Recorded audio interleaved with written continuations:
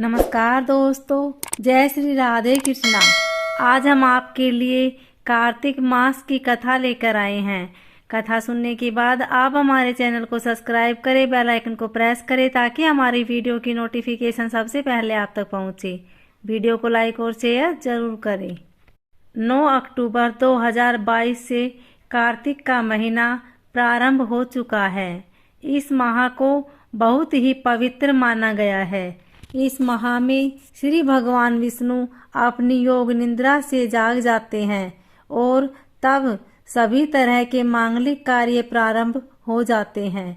इसी कार्तिक माह में दीपावली का महापर्व आता है।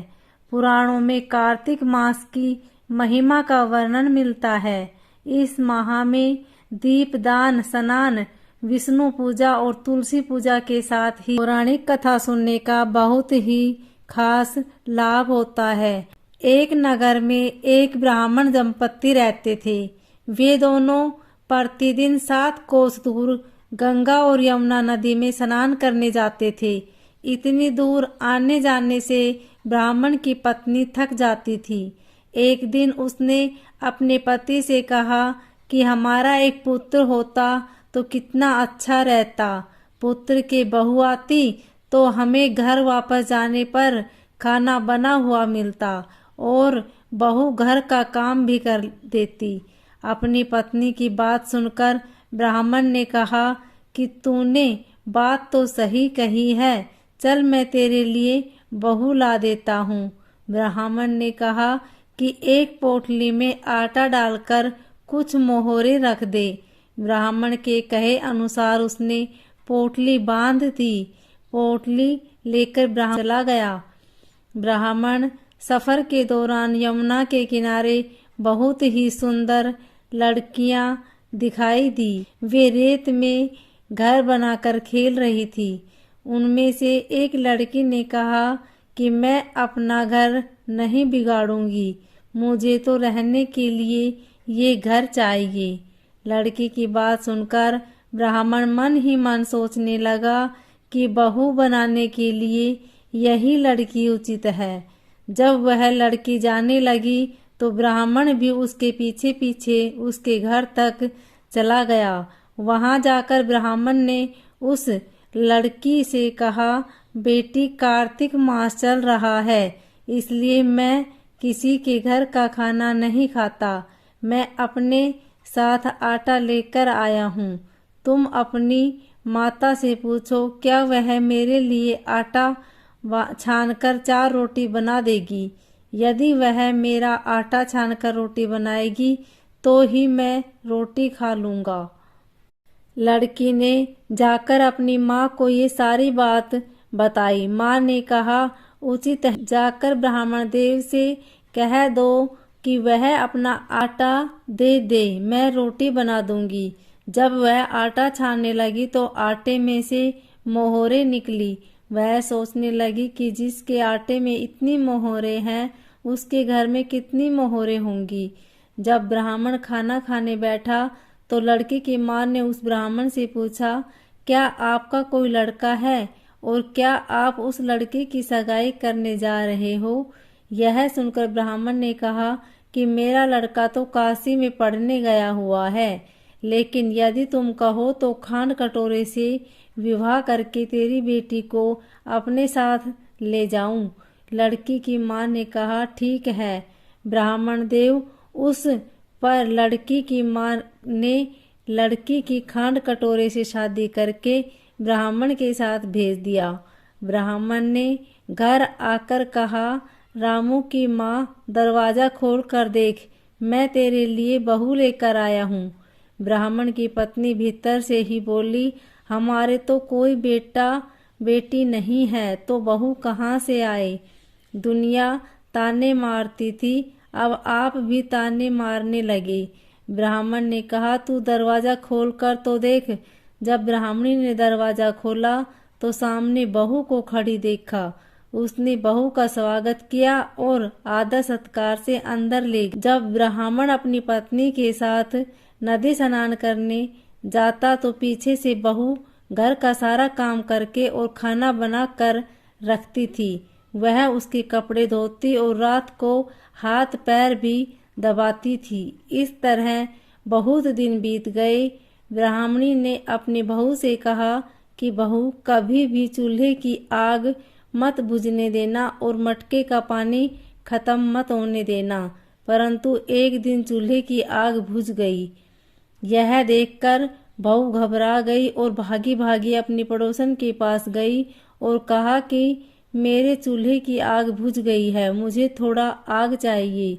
मेरे सास ससुर सुबह 5 बजे से गए हुए हैं, वह थके हुए घर आएंगे, इसलिए मुझे उनके लिए खाना बनाना है। यह सुनकर पड़ोसन ने कहा कि तू तो बावली है, तुझे यह दोनों पागल बना रहे हैं, इनके कोई पुत्र नहीं है, ये निसंतान है। बहू ने कहा, नहीं, ऐसा मत बोलो, इनका बेटा तो बनारस काशी में पढ़ने गया हुआ है।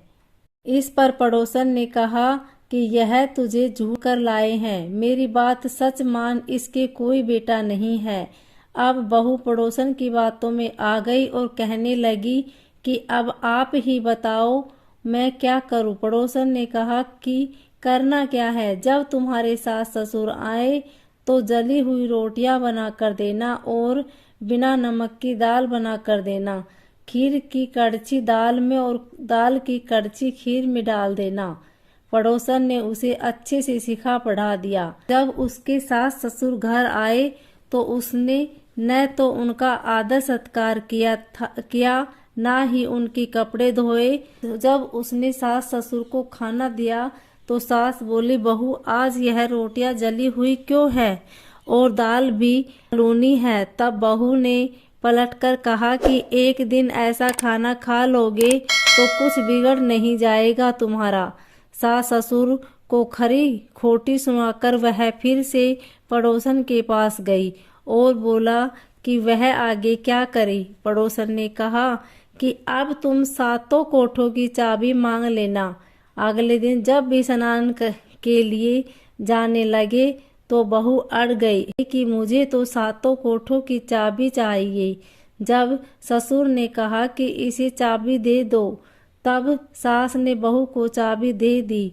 सास ससुर के जाने के बाद जब बहू ने दरवाजे खोले तो देखा कि वह अन्न भरा है, किसी में धन भरा है और किसी कोठे में बर्तन पड़े हैं। जब उसने सबसे ऊपर वाला 7वां कोठा खोला तो देखा कि शिवजी, पार्वती, गणेश जी, लक्ष्मी माता जी, पीपल, पथवारी, कार्तिक के ठाकुर, राई, दामोदर, तुलसी जी का बिड़वा, गंगा, यमुना और 33 कोटि देवी देवता विराजमान है। वहीं पर एक लड़का चंदन की चौकी पर बैठा माला जप रहा है। यह सब देखकर उसने लड़के से पूछा कि तुम कौन हो। तब लड़का बोला कि मैं तेरा पति हूँ, अभी दरवाजा बंद कर दे, जब मेरे माता पिता आएंगे तब दरवाजा खोलना। यह सब देखकर बहू बहुत खुश हुई और 16 श्रृंगार सुंदर वस्त्र पहनकर अपने सास ससुर का इंतजार करने लगी। उसने अपने सास ससुर के लिए अच्छे अच्छे पकवान बनाए। जब उसके सास ससुर घर पर आए तो उसने उनका आदर सत्कार किया और प्रेम पूर्वक खाना खिलाया और हाथ पैर दबाने लगी। पैर दबाते दबाते बहू ने कहा कि माँ, आप इतनी दूर गंगा यमुना स्नान करने के लिए जाती हो तो आप थक जाती हो, इसलिए आप घर पर ही स्नान क्यों नहीं करती। यह सुनकर सास कहने लगी कि बेटा, गंगा यमुना घर पर तो नहीं बहती है। तब उसने कहा कि हाँ माँ जी, बहती है, चलो मैं आपको दिखाती हूँ। जब बहू ने 7वां कोठा खोलकर दिखाया तो उसमें शिवजी, पार्वती, गणेश जी, लक्ष्मी जी, पीपल, पथवारी, कार्तिक के ठाकुर, राई, दामोदर, तुलसी जी का बिड़वा, गंगा यमुना बह रही है और 33 कोटि देवी देवता विराजमान है। वहीं चौकी पर बैठा एक लड़का माला जप रहा है। माँ ने उसे देखकर कहा कि बेटा तू कौन है। लड़का बोला, माँ, मैं तेरा बेटा। ब्राह्मणी ने पूछा कि तू कहाँ से आया है। लड़के ने जवाब दिया कि मुझे कार्तिक देव ने भेजा है। माँ ने कहा, बेटा, यह संसार कैसे मानेगा कि तू मेरा बेटा है। मां ने कुछ विद्वान पंडितों से मदद मांगी। पंडितों ने कहा इस पार बहू बेटा खड़े हो जाए और उस पार माँ खड़ी हो जाए। माँ ने चमड़े की अंगिया पहनी और छाती में से दूध की धार निकलकर बेटे की दाढ़ी मूछ भीगे और पवन पानी में गठजोड़ा बांधे, तब मानेंगी कि यह इस माँ का ही बेटा है। उसने ऐसा ही किया। चमड़े की अंगिया फट गई और छाती में से दूध की धार निकलकर बेटे की दाढ़ी मूछ भीग गई। पवन पानी में बहू बेटे का गठजोड़ा बंध गया। यह सब देखकर ब्राह्मण और उसकी पत्नी की खुशी का ठिकाना न रहा। तो यह थी कार्तिक मास की कथा। हे कार्तिक के ठाकुर, जैसे ब्राह्मण ब्राह्मणी को बहू बेटा दिया वैसे सबको देना। कार्तिक मास की कथा कहने सुनने और हुक्कारा भरने वाले सब पर कृपा करना। तो दोस्तों, आपको मेरी वीडियो कैसी लगी में जरूर लिखिए। जय श्री राधे कृष्णा।